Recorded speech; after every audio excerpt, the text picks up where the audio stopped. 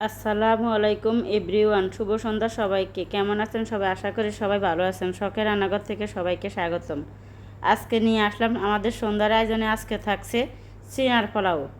কে কে খেয়েছেন আমাকে কমেন্ট করে জানাবেন। আমার জীবনে আসলে আমি প্রথম খেয়েছি। প্রথম বলতে আমি নিজে প্রথম তৈরি করেছি, এক বাবির বাসা খেয়েছি, আমার কাছে অনেক ভালো লাগছিল। আমি আর কোনো তৈরি করি না। আসলে অনেক অসাধারণ এরকম সিনাগুলি, কি বলবো আর, একবার পোলাওর মতোই লাগতেছে। তবে এই সিরা পোলাও তৈরি করতে তেমন কোনো কষ্টকর না। চুলার তেল বসে আমরা স্বাভাবিক যেভাবে পোলাও তৈরি করে থাকি ঠিক সেই রকম। তবে হ্যাঁ, এখানে শুধু একটা বাড়তি জিনিস দেওয়া হয়েছে, ডিম। আমি আগে থেকে 2টা ডিম পেঁয়াজ দিয়ে আলাদা করে ভাজি করে জোরজোড়া করে নিয়েছি। তারপরে সিরা পোলাওর সাথে মিক্স করে দিয়েছি।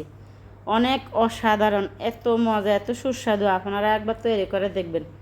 আসলে আগে জানতাম না যে সিঙ্গাড়ার পোলাও তৈরি করা যায়। এখন জেনেছি, খেয়েছি, অনেক মজা পেয়েছি, অনেক ভালো লাগছে আমার কাছে। সন্ধ্যা হইলে আসলে এরকম দুই একটা আনকমন খাবার অনেক ভালো লাগে। তবে আপনারা সকালে নাস্তা হিসেবেও খেতে পারেন। আমি সন্ধ্যার নাস্তা হিসেবে খেয়েছি। দেখুন, দেখতেও কত সুন্দর, একবারে ঝরঝরা, কি বলবো আর। মনে হচ্ছে যে পোলাওই খাচ্ছে। আসলে সিঙ্গাড়ার পোলাও আপনারা আসলে কি বলেন? ছেনাই আমরা বলে থাকি। আমার এই আনকমন খাবারটি কেমন হয়েছে কমেন্ট করে জানাবেন এবং ভালো লাগলে শেয়ার করে দিবেন। জীবনে প্রথম তৈরি করেছে, আপনাদের ভাইয়া খেয়ে অনেক প্রশংসা করেছে। আমার মেয়েরও অনেক পছন্দ হয়েছে। আপনারা যারা আমার মতো কোনোদিন খাননি, আপনারাও তৈরি করে খেবেন। দেখুন, চিড়াগুলি একবার তুলতুলে নরম।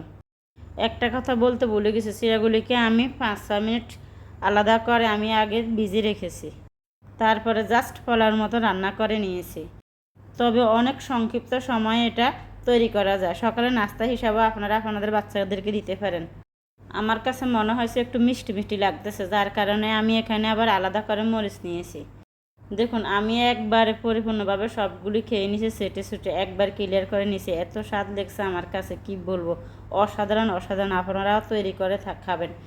মাঝে মধ্যে এরকম আনকমন খাবার খেতে অনেক ভালো লাগে। আমার আজকের এই সন্ধ্যার আয়োজনটা কেমন লাগছে কমেন্ট করে জানাবেন এবং শেয়ার করে দিবেন। পারলে নিজেও তৈরি করে খাবেন। আবারও সবাইকে শুভ সন্ধ্যা। ভালো থাকেন, সুস্থ থাকেন। আল্লাহ হাফেজ।